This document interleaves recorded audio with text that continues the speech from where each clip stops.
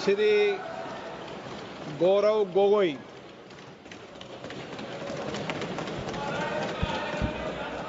आदरणीय अध्यक्ष महोदय, पहले तो मैं आपका संरक्षण चाहता हूं। जब आदरणीय मंत्री महोदय बोल रहे थे, आपने विपक्ष से किसी को भी पॉइंट ऑफ ऑर्डर उठाने का अवसर नहीं दिया।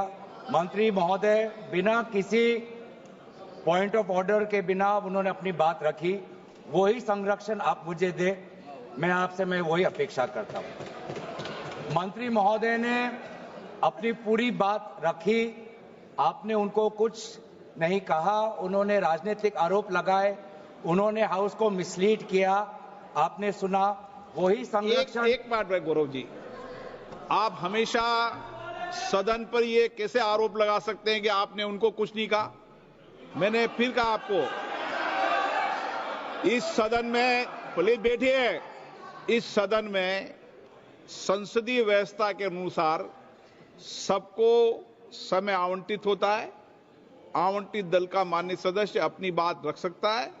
जब मैंने व्यवस्था दे दी कि कोई माननीय सदस्य बोलेगा, उसके बीच में आज शून्यकाल पॉइंट ऑफ ऑर्डर नहीं दिया जाएगा तो नहीं दिया जाएगा। माननीय गौरव गोगोई जी। अध्यक्ष देखिए, शुरू हो गया सर। आप दे रहे हैं अनुमति, आप अनुमति दे रहे हैं सर। आपने हमें अनुमति दी, आपने अनुमति दी हमें। एक मिनट बैठिए। हमारे सर, इन्होंने हम शांति से सुनेंगे। अरे सुनो ना, ये अपना भाषण देने से पहले इन्होंने मिसलीड किया बोला। आप सब ये कोई तरीका सर? एक मिनट बैठिए। माननीय मंत्री जी, नहीं, एक मिनट बैठिए।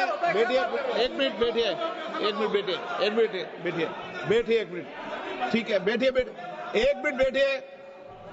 मैंने माननीय मंत्री जी को आपके भाषण के टोकने के लिए अलाउ नहीं किया है। वह आपने तो भाषण शुरू नहीं किया था। नहीं शुरू करने वाले थे। वह दूसरे विषय पर अपनी बात करना चाहते हैं। आपके भाषण को नहीं काट रहे आप। नहीं, आपके भाषण को, तो अपनी बात कोई दूसरे विषय पर रखना चाहते हैं। मेरा सर इतना कहना है कि हम लोग शांति से बैठ के सुनेंगे। चर्चा का पूरा टाइम तय हो चुके हैं, हम लोग नोट करेंगे, सबका बात सुनेंगे। मेरा सिर्फ इतना अनुरोध है कि जैसे कि माननीय सदस्य कहेंगे कि मैंने मिसलीड किया, तो कौन सा पॉइंट मिसलीड किया वो बता दे। ऐसे आप आरोप ना लगाए, मेरा यही कहना है। आप तर्क बताइए कहां मिसलीड हुआ पॉइंट। अध्यक्ष महोदय, जो इन्होंने 2013 यूपीए गवर्नमेंट के संदर्भ में कहा, पूरा का पूरा मिसलीडिंग है, झूठ है। और हम डिमांड करते हैं कि वो ऑथेंटिकेट करें। इसीलिए बार बार इन्होंने आरोप लगाए, बार बार इन्होंने भ्रम फैलाया। आप इसीलिए हम भी अपनी बात रखेंगे। कृपया आप भी सुनने का धैर्य रखिए। अध्यक्ष महोदय, मेरा भी सौभाग्य है कि पिछले सदन में मैं अयोध्या राम मंदिर पर अपने पार्टी का मैंने अपना व्यू, अपने पक्ष रखा, और आज वक्फ संशोधन 2025 पर अपनी दल का और विपक्ष की तरफ से अपना पक्ष रखा। और अयोध्या राम मंदिर में भी और आज के वक्फ के संशोधन में भी मेरा एक ही मार्गदर्शक है, वो है भारत का संविधान।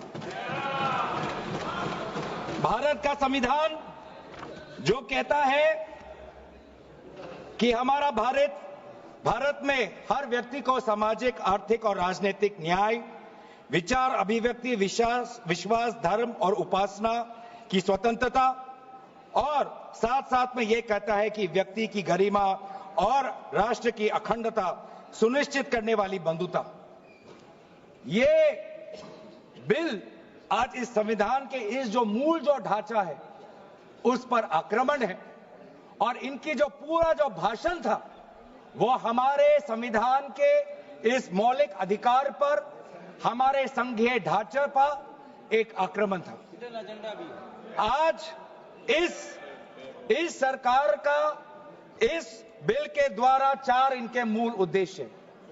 पहला मूल उद्देश्य है कि संविधान को कमजोर करना, to dilute the constitution.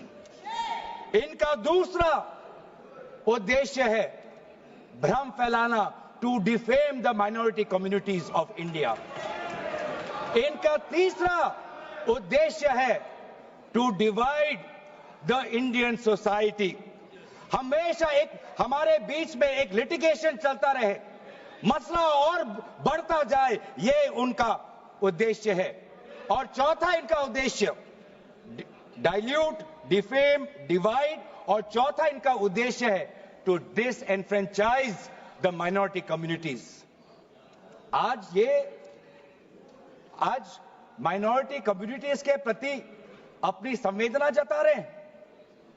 Sir, कुछ हफ्ते पहले देश में विभिन्न जगहों में लोगों ने ईद की शुभकामनाएं एक दूसरे को दी, और क्या आपको पता है कहां इनकी डबल इंजन की सरकार ने लोगों को रास्ते पे ईद का नमाज भी पढ़ने नहीं दिया। और ये बात करेंगे आप अल्पसंख्यकों के प्रति अपनी संवेदना जताते हैं। मैं पूछना चाहता हूं कि आपके लोकसभा में कितने एमपीज अल्पसंख्यक हैं? पहले उसका विवरण दीजिए और फिर हमें बताइए कि आपके दिल में कितना संवेदना है। सर, मेरा तो मैंने जिस दिन भी ये बिल इंट्रोड्यूस हुआ उस दिन भी आदरणीय मंत्री को मैंने सुना और आज भी मैंने उनको सुना। जिस दिन उन्होंने इंट्रोड्यूस किया उस दिन भी अगर आप उनका स्टेटमेंट पढ़े तो उन्होंने कहा कि इसको बिल लाने से पहले बहुत विस्तार रूप से इस बिल की लाने के लिए चर्चा हुई थी। सर, पूरा का पूरा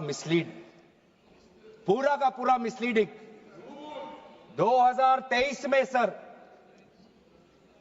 सरकार 24 में आई, ये खुद 24 के बीच में इन्होंने अपना बिल लाया। 23 सन के वर्ष में 4 बार माइनॉरिटी अफेयर्स कमेटी की बैठक हुई। मुंबई में हुई 13 जुलाई, दिल्ली में हुई 21 जुलाई को, लखनऊ में हुआ 24 जुलाई को, दिल्ली में 2 बार हुआ 20 सितंबर और 7 नवंबर को। मैं आदरणीय सरकार से दरखास्त करूंगा कि इन 5 सरकारी जो मीटिंग हुई मिनिस्ट्री ऑफ माइनॉरिटी अफेयर्स का, उनका मिनट्स टेबल पे रखे। एक भी मीटिंग में नया वक्फ अमेंडमेंट बिल चाहिए उसका जिक्र भी नहीं हुआ था। जिक्र भी नहीं हुआ। इनके मिनट्स हमारे पास, हमने देखे। जितने भी बार ministry of minority affairs meeting हुई, सब में वापसी पोर्टल को लेकर और विचार विमर्श हुआ था, लेकिन एक भी मीटिंग के माइन्यूट्स में एक भी स्टेटमेंट नहीं है कि हमें एक नया वक्फ अमेंडमेंट बिल चाहिए। तो मैं तो यही पूछना चाहता हूं कि अगर नवंबर 2023 तक मिनिस्ट्री ऑफ माइनॉरिटी अफेयर्स ने यह वाजे भी नहीं समझा कि नया एक बिल लाने की जरूरत है, मैं तो बस इतना ही पूछना चाहूंगा कि यह bill ministry of minority affairs ने बनाया या किसी और दूसरे विभाग ने बनाया? कहां से आया यह बिल? कहां से आया? सर, ये बात करते हैं कि ये संविधान के पक्ष में है। किस प्रकार से ये संविधान के विरोध में है, सर मैं बताना चाहूंगा। आर्टिकल, इसका जो क्लॉज 3RA है और 3R1 है। इसका 3RA क्या है सर? 3RA ये कहता है एनी पर्सन शोइंग और demonstrating that he is practising Islam. देखिए सर, आज देश में अल्पसंख्यकों की ऐसी दशा हो गई कि आज सरकार को अपना धर्म का सर्टिफिकेट देना पड़ेगा। कितनी दुख की बात है कि भारत हिंदू थोड़ी है। भारत एक सनातन धर्म का एक देश, 7000 पुराना, उससे भी पुराना ये देश, जिसमें हर धर्म और हर संस्कृति, हर परंपरा को हम सम्मान करते हैं। आज सरकार को ये हमें सर्टिफिकेट देना पड़ेगा कि हम किस धर्म को हम विश्वास रखते हैं। क्या ये दूसरे धर्मों से इस प्रकार का सर्टिफिकेट मांगेंगे कि आपका 5 साल हुआ या नहीं हुआ? ये सिर्फ इसी बिल में क्यों? ये संविधान के विरोध में नहीं है? ये आर्टिकल 26 के विरोध में नहीं है? सरकार क्यों धर्म के इस मामले में दखलंदाजी कर रही है कि आप इस धर्म का आप विश्वास करते हो कि नहीं हो, उसका पहले मुझे सर्टिफिकेट दो? ये किस प्रकार का न्याय बना रहे हैं? ये किस प्रकार का कानून हम बना रहे हैं? 3R1 क्या कहता है सर? इनका 3R1 जो आज इन्होंने हटा ही दिया है,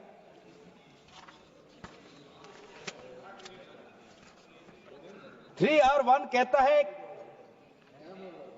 a waqf by user, but such waqf shall not cease to be a waqf by reason only of the user having ceased, irrespective of the period of such session. ये इसके हटाने की क्या जरूरत थी सर? ये हमारा बार बार विभिन्न जजमेंट के द्वारा ये पूरा वक्फ बाय यूजर और इसके बारे में विभिन्न जजमेंट आए सर। दिस एक जजमेंट पढ़ना चाहूंगा। M. Siddiq, Ram Janmabhoomi, Muslim law does not require an express declaration of a waqf in every case. The dedication resulting in a waqf may also be reasonably inferred from the facts and circumstances of a case or from the conduct of the waqif. तो ये बार बार ये सब विभिन्न judgement के द्वारा वक्फ और ये जो पूरी इनकी जो परंपरा है, विभिन्न जजमेंट ने ताकत दी और आज यही विभिन्न क्लॉजेस के द्वारा जजमेंट्स को भी और हाईकोर्ट के ताकत को भी ये कमजोर कर रही है। सर पहले वक्फ क्या है ये भी हमें समझना चाहिए। वक्फ means the permanent dedication by any person of any movable or immovable property for any purpose recognized by the Muslim law as pious, religious, charitable. Sir आज ये क्या कहना चाहते हैं कि वही व्यक्ति जो प्रैक्टिसिंग इस्लाम कर रहा है 5 साल के लिए वही आ सकता है, जो इनका 3RA है और जो सेक्शन 104 था। आज इन्होंने सेक्शन 104 हटाने के पक्ष में कहा, लेकिन सेक्शन 104 यही कहता है कि कोई भी व्यक्ति वक्फ कर सकता है। तो यही तो हमारा सेक्युलर नेचर है कि कोई भी व्यक्ति अब वक्फ कर सकता है। अब ये जो अधिकार है एक व्यक्ति का, आप उस अधिकार को आप क्यों छीन रहे हो? सिर्फ ऑप्टिक्स सर, इनको बाहर दिखाना है कि हम ये बहुत बड़ा काम कर रहे हैं। क्या इन्होंने कहा कि क्लॉज 9C में ये कहते हैं कि 2 महिला को हम ये इंक्लूजन कर रहे हैं? ये पहले भी था सर। अगर आप 1995 एक्ट पढ़े तो ये पहले भी था, उसमें ये भी था कि 2 से ज्यादा सदस्य महिला हो सकती थी। इन्होंने तो 2 पे ही कैप कर दिया। ये पहले से ही था, ये सिर्फ दिखावा। और इनका 3R4 में जो ये विशेष रूप से विडो, डिवोर्स वुमन और ऑर्फन की बात करते हैं, ये पहले भी था सर। ये पहले भी जो 3R है जिसमें वेलफेयर की उल्लेख है, उस वेलफेयर एंड अदर पर्पसेस में window, divorce woman and orphan पहले से ही उसमें समा जाता है। लेकिन इनको भ्रम फैलाना है, इनको भ्रम फैलाना है कि वर्तमान का जो एक्ट है वो महिलाओं के खिलाफ है। इनको भ्रम फैलाना है कि वर्तमान में महिलाओं को कोई भूमिका नहीं मिलती, ये इनका काम है। लेकिन कानून में सर पहले से ही ये सारे प्रावधान है, वो चाहे किसी विधवा का संरक्षण हो या महिलाओं को और समर्थन देना हो। सर रिफॉर्म की बात करते हैं सर, इनका क्लॉज 33 में जो रेवेन्यू आना चाहिए वो रेवेन्यू उन्होंने घटा दिया। पहले 7% का एक रेवेन्यू फॉर वक्फ बोर्ड आता था, आज इन्होंने 5% कर दिया, गिरा दिया। क्यों गिराया? क्या आप नहीं चाहते कि वक्फ बोर्ड और अच्छी तरीके से चले? आप नहीं चाहते कि उसमें नई टेक्नोलॉजी आए? अगर कहीं खामियां हुई भी है, माना कि कोई भी कानून इस देश का, कोई भी कानून परफेक्ट नहीं है, कोई भी कानून परफेक्ट नहीं है, माना कहीं कहीं प्रदेशों में खामियां हैं, वो चाहे केरल में हो, आंध्रा में हो, कर्नाटक में हो, पंजाब में हो, दिल्ली में हो। लेकिन सर आप चाहते हैं कि वो वक्फ बोर्ड, वक्फ ट्राइब्यूनल और अच्छी तरीके से चले, और ये चाहते हैं कि वक्फ बोर्ड वो और कमजोर हो, और इसीलिए जो रेवेन्यू वाला क्लॉज है 7% से 5% इन्होंने घटा दिया। मेरा सुझाव, हमारे तरफ से ये सुझाव है कि 7% से 5% घटाने के बजाय आप 7% से 11% और इस रेवेन्यू को और इंक्रीज करिए। आज ये बात करते हैं कि ये रिफॉर्म्स ला रहे हैं। क्लॉज 26 पढ़िए sir, section 52A, section 52 clause 26। Clause 26 में क्या लिखा है? In section 52A of the Principal Act, in subsection 1, for the words rigorous imprisonment, the words imprisonment shall be substituted. Dilute कर रहे हैं सर। पेरेंट एक्ट बोलता था कि रिगरस इम्प्रिजनमेंट हो, और अगर आप बार बार ये कह रहे हैं कि फलाना हो रहा है, धमकाना हो रहा है, तो आप इसको क्लॉज को क्यों कमजोर कर रहे हैं? सिर्फ भ्रम फैलाना है सर। मंशा इनकी कहीं और है। मंशा सर, मैं भी एक टिप्पणी देना चाहूंगा कि आज ये एक विशेष समाज के जमीन पर इनकी नजर है, कल समाज के दूसरे अल्पसंख्यकों के जमीन पर इनकी नजर जाएगी। आज ये बिल सिर्फ एक विशेष समुदाय के जमीन पर इनकी नजर है, कल दूसरे समुदायों के जमीन पर इनकी नजर जाएगी। बार बार ये बिल सर, इतना संशोधन की जरूरत है। ये मैं नहीं कहता कि संशोधन की जरूरत नहीं है। मंत्री महोदय ने बार बार इसका जिक्र किया कि ये बिल कितनी बार इसका संशोधन हुआ। इसकी शुरुआत आप जहां से भी पकड़े, आप 1810, 1817, उसके बाद 1954, 1984, 1995, सच्चर कमेटी, रहमान कमेटी 2003। संशोधन चाहिए सर। मैं नहीं कहता कि हम संशोधन के विपक्ष में नहीं, लेकिन संशोधन इस प्रकार का हो जिससे बिल का रूपायन, जिससे बिल और ताकतवर बने। और इन्होंने ऐसे संशोधन लाए हैं जिससे बिल से इस देश में और यहां पे समस्या बढ़ेगी, और मसले बढ़ेंगे, और लिटिगेशन होगा। सर ये इनका क्लॉज 40A पढ़िए। इनका clause 40A, section 107, on and from the commencement of the Waqf Amendment Act 2025, the Limitation Act 1963 shall apply to any proceedings.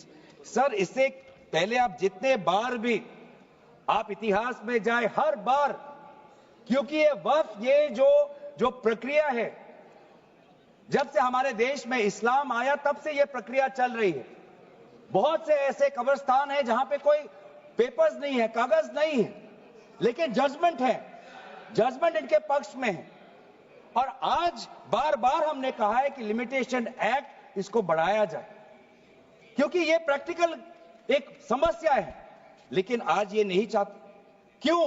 क्योंकि ये चाहते हैं कि अलग अलग देश के अलग अलग कोने में यहां केस लगे, वहां केस लगे, यहां केस लगे। तो जो भी हमारे यहां पे एक भाईचारा का एक वातावरण है, उस भाईचारे के वातावरण को ये तोड़ना चाहते हैं। ये इनकी राजनीतिक उद्देश्य है। सर, ये बात करते हैं कि किस तरीके से ये इन्होंने बोर्ड का डाइल्यूशन किया है। क्लॉज 44, क्लॉज 44 कहता है कि ये जो सेक्शन 110 है वो पूरी तरीके से हटा दिया है। सेक्शन 110 क्या है? Section 110 sir, powers to make regulations by the board, ये पूरा हटाना चाहते हैं। उसमें क्या लिखा है पेरेंट एक्ट में?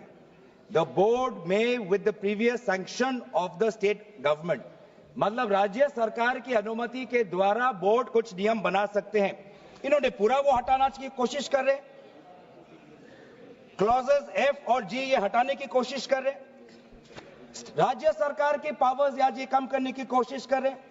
आप क्लॉज 43 पढ़िए, इसका सेक्शन 109, जिसमें क्लॉज 1A और क्लॉज 4 ओमिट करता है। सेक्शन 109 क्या है?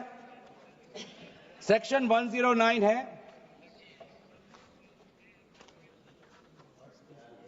Power to make rules, the power of the state government to make rules. इसमें भी आप ये कटौती लाने की कोशिश कर रहे हैं। क्लॉज 1A, क्लॉज 1A क्या कहता है? Other particulars which the report of the survey commissioner में कंटेन अंडर क्लॉज F। इसमें स्टेट गवर्नमेंट सर्वे कमिश्नर के पक्ष में कुछ नियम बना सकता है, वो पावर आप हटा रहे हैं। Clause 4, the manner of election of members of the board by means of a single vote, आप ये हटा रहे हैं। इलेक्शन की प्रक्रिया आप हटाना चाहते हैं और आप रिफॉर्म की बात करते हैं। सर आप ये देखिए 83(9), आज बार बार ये एक भ्रम फैलाया जा रहा है कि हाईकोर्ट का कोई भूमिका नहीं है। एक भ्रम फैलाया जा रहा है कि जो वक्फ का जो ये एक ट्राइब्यूनल का जो ऑर्डर आता है वही है, उसके बाद हाईकोर्ट पावरलेस है। ऐसी बात नहीं है। आप पेरेंट एक्ट पढ़िए। आप पेरेंट एक्ट में अगर सेक्शन 83 पढ़ेंगे, पेरेंट एक्ट में सेक्शन 83(9), उसके बाद क्या लिखा गया है? provided that a high court may on its own motion or on the application of the board or any person aggrieved call for and examine the records relating to any dispute and may confirm or reverse the decision. ये power high court में parent act में है ही 2013 के संशोधन के बाद। तो क्यों बार बार आप ऐसा एक भ्रम फैला रहे हैं कि हाई कोर्ट का कोई रोल नहीं है? अगर कहीं अन्याय हुआ है, अगर कहीं अन्याय हुआ है, चाहे दक्षिण में हो, उत्तर में हो, उत्तर पूर्वांचल में हो, पश्चिम में हो, तो सेंट्रल गवर्नमेंट के पास वो पावर्स हैं। सेंट्रल गवर्नमेंट के पास under section 97 of the parent act आपके पास पावर है कि कहीं अगर नाइंसाफी हो तो वो आपके पास सेक्शन 97 के द्वारा आप स्टेट बोर्ड को आप डायरेक्शन दे सकते हो। मैं पढ़ूं 97।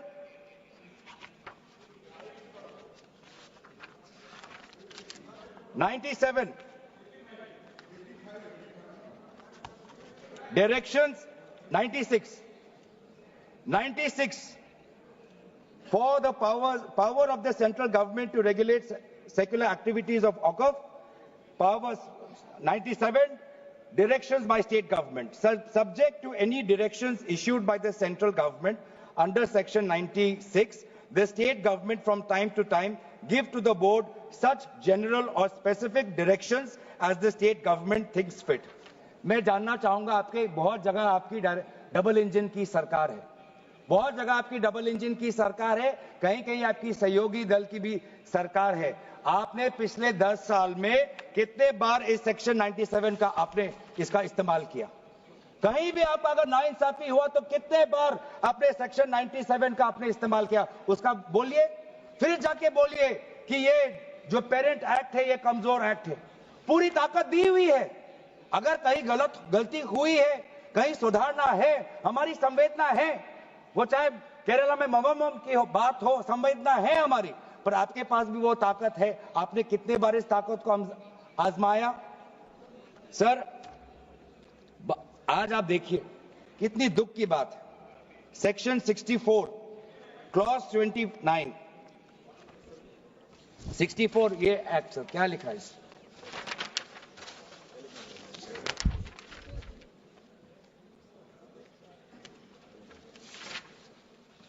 इसमें क्या लिखा है? न्यू एक्ट में section clause number 29L, clause number 29L में लिखा है कि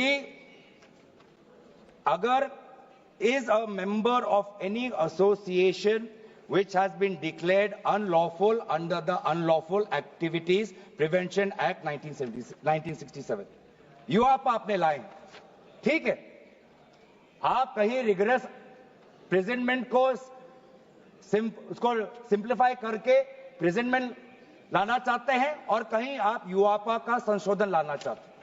आपका हक है। आप बस हमें इतना बताएं कि और कौन से स्टेट बोर्ड या और कौन से धार्मिक बोर्ड में आपने ये यूआपा का प्रोविजन आप लाने वाले हैं, या सिर्फ ये इसी बिल में है, या सिर्फ इसी बिल में है, या दूसरे में भी जो चैरिटेबल एक्ट्स हैं विभिन्न धर्मों के, विभिन्न स्टेट्स के, क्या उसमें भी यूआपा एक्ट आएगा या सिर्फ इसमें? क्या संदेश देना चाहते हैं? किस कौम को आप भ्रमित करना चाहते हैं?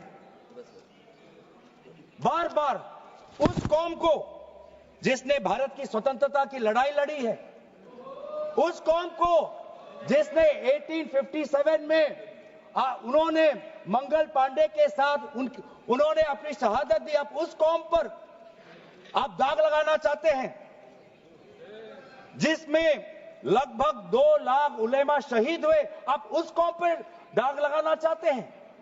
जिन्होंने भारत छोड़ो आंदोलन में हमारा साथ दिया, अब उस कौम पर आप दाग लगाना चाहते हैं। जिन्होंने 6 अप्रैल 1930 में दांडी मार्च का सपोर्ट किया, अब उस कौम पर आप दाग लगाना चाहते हैं।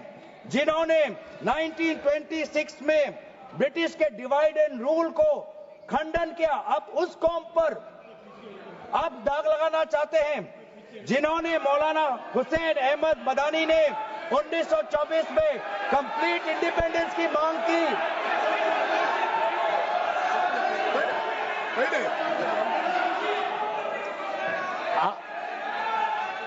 जब आप लोग भारत छोड़ो आंदोलन का समर्थन नहीं कर रहे थे, उस कौम ने भारत छोड़ो आंदोलन का समर्थन किया। जब आप लोग अंग्रेजों को मर्सी पिटीशन लिख रहे थे, वो माल्टा में 3 साल और इजिप्ट में उन्होंने शहादत दी। आप किस कौम पर दाग लगाना चाहते हो? जिन्होंने 1924 में जिन्ना के 2 नेशन की थियरी को पूरी तरीके से नकारा, आप उस कौम पर लगा रहे हो। सर यही है इनका डिवाइड एंड रूल, यही है इनका डिवाइड एंड रूल। बहुत लोग पूछते हैं सर हमारा राष्ट्रवाद क्या है? सर हमारा राष्ट्रवाद, nationalism for us is being United in our shared love for our Bharat Mata and the mutual respect for her culture, language, dress, food and religion. It is the love for our national flag, the Tiringa, जिसकी सम्मान आपने नहीं की थी. It is the sacrifice of the Indian freedom movement, जिसमें आपने भाग नहीं लिया. It is our thirst for knowledge, to seek excellence with limited resources, to be creative, to have the courage, to acknowledge the injustice of the past and have the wisdom to build new bridges. ये है हमारा राष्ट्रवाद, और ये राष्ट्रवाद आज हमारे संविधान में उल्लेखित है. तो सर बार बार ये सरकार कहती है ये माइनॉरिटीज के पक्ष में है, लेकिन जब अमेरिका से माइनॉरिटी कमीशन का रिपोर्ट आता है कि माइनॉरिटीज के साथ नाइंसाफी होती है, तो इनको दुख होता है. जब यूएस का रिलीजियस कमीशन का रिपोर्ट आता है, तब इनको दुख होता है. सर बार बार ये जो ऑप्टिक्स की बात कर रहे हैं, ये क्लॉज 42 सेक्शन 108A इन्होंने डिलीट कर दिया है. ये कहते हैं कि कैसे ओवरराइडिंग प्रिंसिपल कैसे आ सकता है. मंत्री महोदय को ओवरराइडिंग प्रिंसिपल से आपत्ति है. पहले सबके लिए सेक्शन 108 क्या है सर पढ़ लेते हैं. आपके लिए भी है, हम तो जेपीसी में थे.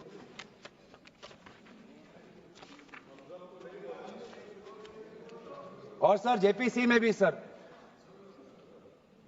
दुख की बात करनी पड़ेगी सर, कि जेपीसी में ये कहते हैं कि सबका इन्होंने राय सुना, लेकिन आपको भी पता है विपक्ष के द्वारा एक भी संशोधन को इन्होंने स्वीकार नहीं किया. ये किस प्रकार का?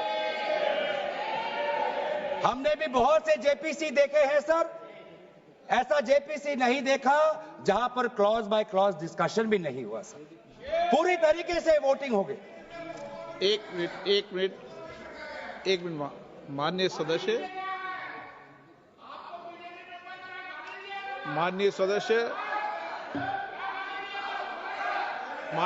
इतना ध्यान रखें कि जेपीसी भी संसद का भाग होती है, इसलिए उसका भी ध्यान रखें.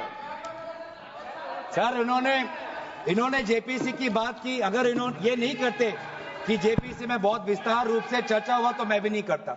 इन्होंने उल्लेख किया, इसलिए मैं करना चाहता हूं. इन्होंने उल्लेख किया कि बहुत से लोग आए जेपीसी में. सर ऐसे भी लोग आए जिनको वक्फ को लेकर उनका कोई जानकारी भी नहीं थी, कोई जानकारी नहीं थी सर.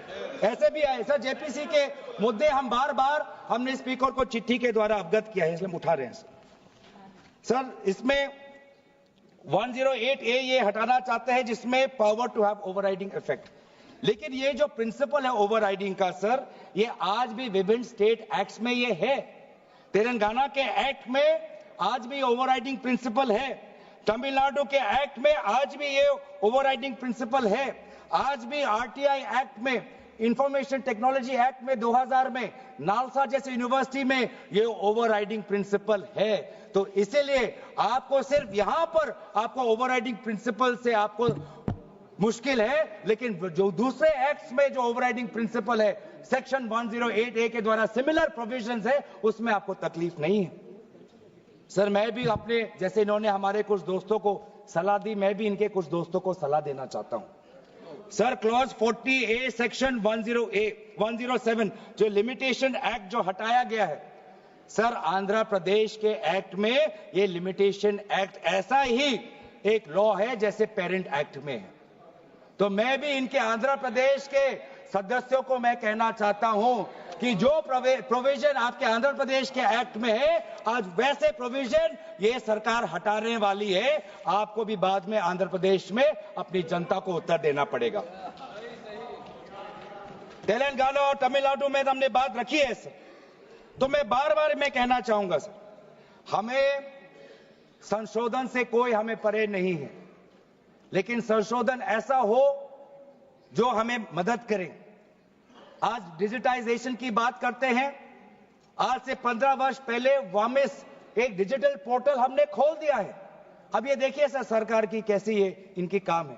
डिजिटाइजेशन फिलहाल अभी चल रहा है, डिजिटाइजेशन हो रहा है, पर माना कि डिजिटाइजेशन वामिस में कुछ खामियां हैं, उसको वामसी में, तो आप उसको ठीक करिए। आप 10 साल से क्या कर रहे थे? आप 10 साल से आप वामसी क्यों ठीक नहीं कर पा रहे? आप वो काम तो नहीं कर पा रहे, अब आप एक दूसरा नियम बना रहे हैं कि दोबारा आप एक नए पोर्टल पे अपने रिकॉर्ड्स आप अपलोड करिए। सर कितने बार हम इस सरकार को अपना कागज दिखाएं? वामसी का अगर इनका काम अधूरा है तो उसको ये काम संपूर्ण करे। अब लेकिन नहीं, इनका काम उद्देश्य यही है कि देश में मसला और बढ़े, और इसीलिए आज इस बिल के विरोध में है। ये बिल हमारे देश की अखंडता, ये बिल हमारे संवैधानिक मूल्य, ये देश हमारे अल्पसंख्यकों की सम्मान, ये देश हमारे अमन शांति और सदन और जेपीसी में जिस प्रकार से विचार होना चाहिए था उस सब के विरोध में है। और इसीलिए आज पूरा इंडिया अलायंस आज इस बिल के विपक्ष में खड़ा हुआ है। और यही बात कहते हुए मैं अपनी